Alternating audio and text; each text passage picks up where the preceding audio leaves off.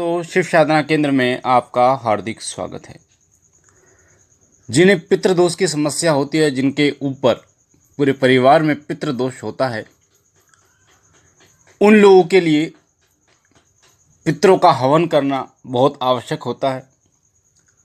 अधिकतर जब हमें पितृदोष होता है और कोई पंडित, कोई ओझा हमें जब बताता है कि आपके परिवार के ऊपर पितृदोष है, तो वो आपको उपाय भी बताता है। तो कई बार ऐसा होता है कि हम पंडित जी से कर्मकांड कराते हैं और बहुत मोटा खर्चा बैठ जाता है। पर आज मैं आपको एक ऐसा हवन बताने जा रहा हूं जो कि पितरों के लिए किया जाता है। इस हवन को आप खुद कर सकते हैं। किस दिन करना है ये हवन, क्या क्या सामग्री की आवश्यकता होगी, कौन सा मंत्र होगा, ये चीज़ें मैं आपको सारी इस वीडियो में पता चलेगी। इस वीडियो में मैं आपको सारी डिटेल में बताऊंगा। तो जो वीडियो है वो ध्यान से आप सुनिएगा, ताकि एक एक चीज़ आपको बहुत अच्छी तरीके से समझ में आए। क्योंकि पितृदोष जब हो जाता है तो बहुत सारी दिक्कतें हमारे घर में अनायास आ जाती हैं। जैसे घर में बिना किसी बात के लड़ाई झगड़े होना, संतान ना होना, काम धंधे में रुकावट आ जाना, आगे ना बढ़ना, घर के मुखिया की बुद्धि को भ्रष्ट करना। जब किसी को पितृदोष होता है किसी के घर में, तो सबसे पहले जो पितृ होते हैं वो घर के मुखिया की बुद्धि को भ्रष्ट करते हैं, जो कि पूरी बागडोर जिसके हाथ में होती है घर की, जिससे पूरे घर का जो है माहौल है वो खराब हो जाता है, और जिससे अलग अलग प्रकार से हमारे घर में बीमारियां, दिक्कतें आनी शुरू हो जाती हैं। पितरों को कैसे मनाएं, क्या भोग पितरों को चढ़ाना चाहिए, किस तरीके से पितरों को भोग चढ़ाना चाहिए ताकि जो भोग है वो सीधा पितरों तक पहुंचे और पितरों की कृपा प्राप्त हो, पितृ संतुष्ट हों। पितरों का स्थान कैसे बनाना है, ये सारी जानकारी हमने, हमारा शिव कृपा चैनल है उस पर डाल रखी है।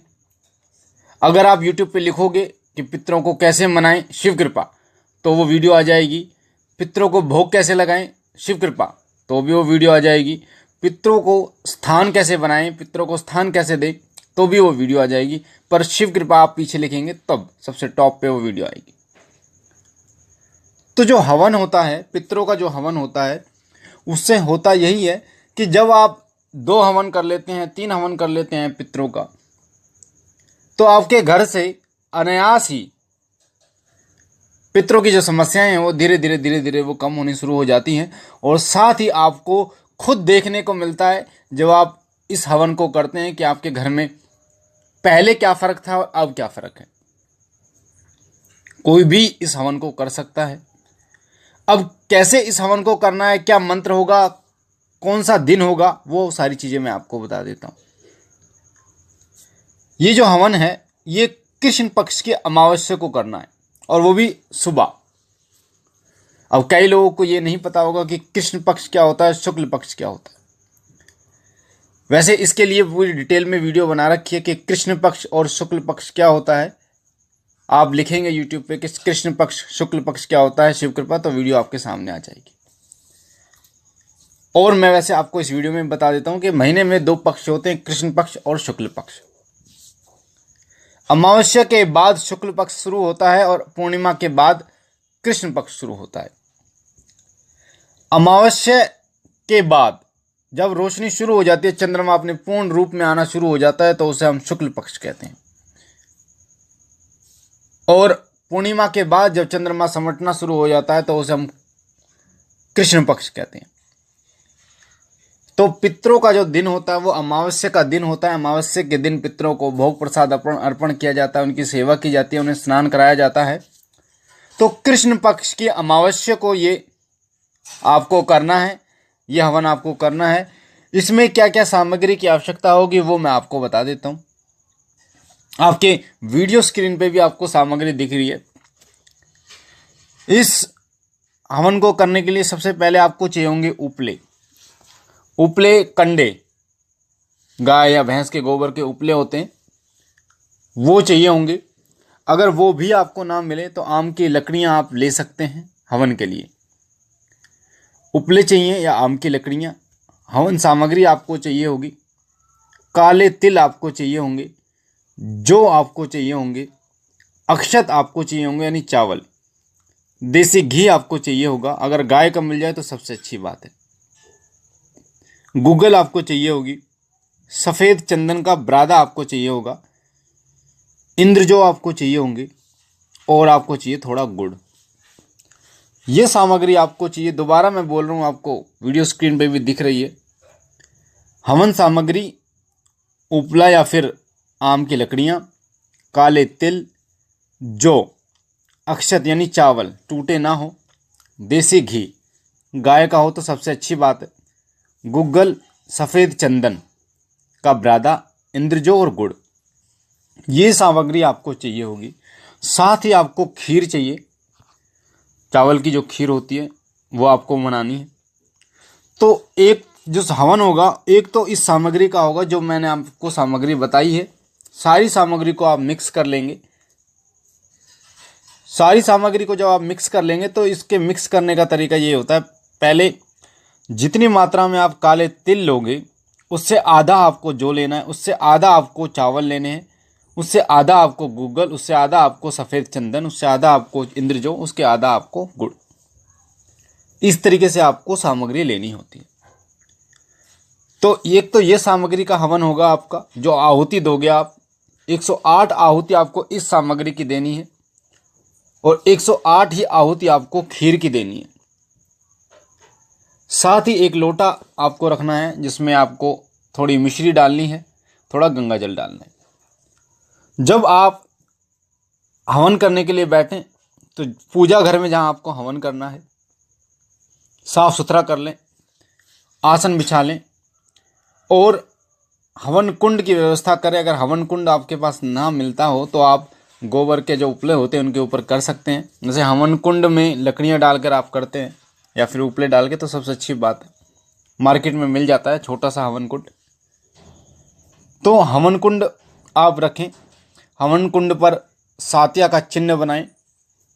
उसके बाद उसके पास ही सरसों के तेल का नहीं, देसी घी का दीपक आपको जलाना है, क्योंकि बहुत सारे लोग ऐसा कमेंट करते हैं, जी घी का आपने बोला, क्या सरसों के तेल का जला सकते हैं, क्या चमेली के तेल का जला सकते हैं? ऐसा नहीं है, देसी घी का आपको दीपक जलाना है, धूप बत्ती जलानी है गूगल की, और जो लकड़ियां हैं या फिर उपले हैं वो आपको डालने हैं। अपने पितरों का नाम लेकर अग्नि को प्रज्वलित करना है। प्रज्वलित करने के बाद सबसे पहले आपको जो ये सामग्री है इसकी आपको 108 आहुतियाँ डालनी है। मंत्र क्या है? मंत्र है ओम पितृदेवाय नमः, ओम पितृदेवाय नमः। और आप जो है वो इस मंत्र का भी उच्चारण कर सकते हैं, ओम सर्व पितृ देवताय नमः, ओम सर्व पितृ देवताय नमः, यानी सारे पितृ देवताओं के लिए। इन दोनों मंत्रों का उच्चारण आप कर सकते हैं। कई भाई और बहन ये पूछते हैं कि जी स्वाहा लगाना है नहीं लगाना, उनके लिए मैं बता दूं कि कोई भी मंत्र हो, चाहे वो शाबर मंत्र हो, चाहे वो वैदिक मंत्र हो, चाहे वो तांत्रिक मंत्र हो, कोई भी मंत्र हो, जब आप हवन करते हैं तो स्वाहा लगाया जाता है। जैसे ओम पितृदेवाय नमः स्वाहा, ओम सर्व पितृदेवताय नमः स्वाहा, यानी स्वाहा जो है वो कहा जाता है कि अग्निदेव की पत्नी का नाम है। और जब आप स्वाहा लगाते हैं यानी अग्नि में अग्नि की पत्नी का मिलन करते हैं, तो वो जो भोग है वो अग्नि और उनकी पत्नी के द्वारा देवताओं तक पहुंचाया जाता है। और ये कहा भी जाता है कि स्वाहा ना लगाते हैं आप अगर किसी हवन में, तो वो सामग्री आपके पितरों तक, आपके देवता तक नहीं पहुंचती। तो इसलिए हवन में स्वाहा जरूर लगाएं। और इस प्रकार से आप हवन करें। आप 2 हवन करेंगे, 3 हवन करेंगे तो आपको फायदा दिखना शुरू होगा, पर करना है कृष्ण पक्ष की अमावस्या को। जैसे आप इस हवन को करते हैं, 1-2 बार कर दे तो आपके घर का वातावरण जो है वो शुद्ध हो जाता है। घर में जो भी नकारात्मक शक्ति है वो निकल जाती है। आपके पितृ जो है वो तृप्त होने शुरू हो जाते हैं और आपके घर में बरकत आनी शुरू हो जाती है। आपके तमाम बीमारियां आपके घर से जो है वो पलायन करनी शुरू हो जाती हैं।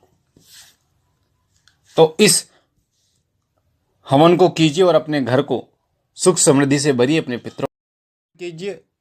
मैं बाबा भोलेनाथ से विनती करता हूँ कि उनकी दया कृपा आपके ऊपर बनी रहे, आपके पितरों की कृपा आपके ऊपर बनी रहे। बाबा भोलेनाथ आपकी झोली भरते रहे, आपके घर और काम में बरकत दे। आपके पितरों के आशीर्वाद से आप तमाम कार्यों में उन्नति करें, आपके घर काम में बरकत हो। बाकी वीडियो अच्छी लगे तो लाइक कीजिए, शेयर कीजिए और बहनों और भाइयों तक, ताकि जिन लोगों को इसकी जानकारी नहीं है उन लोगों को इसकी जानकारी हो, वो लोग भी इस हवन को स्वयं कर पाएँ। और अच्छी बात रही कि घर के सदस्य जो हैं वो सभी सदस्य अगर 11-11 आहुतियाँ डालते हैं तो इससे अच्छी बात कुछ हो ही नहीं सकती, क्योंकि सभी के ऊपर जो पितृदोष है वो समाप्त हो जाता है। ये मुझे पहले बताना चाहिए था, पर ध्यान रखिए अगर 11-11 आहुति सब डाल दें तो इससे अच्छी बात कुछ होगी ही नहीं। बाकी हम मिलते हैं अपने अगली वीडियो में, तब तक के लिए ओम नमः शिवाय, ओम नमः शिवाय, ओम नमः शिवाय।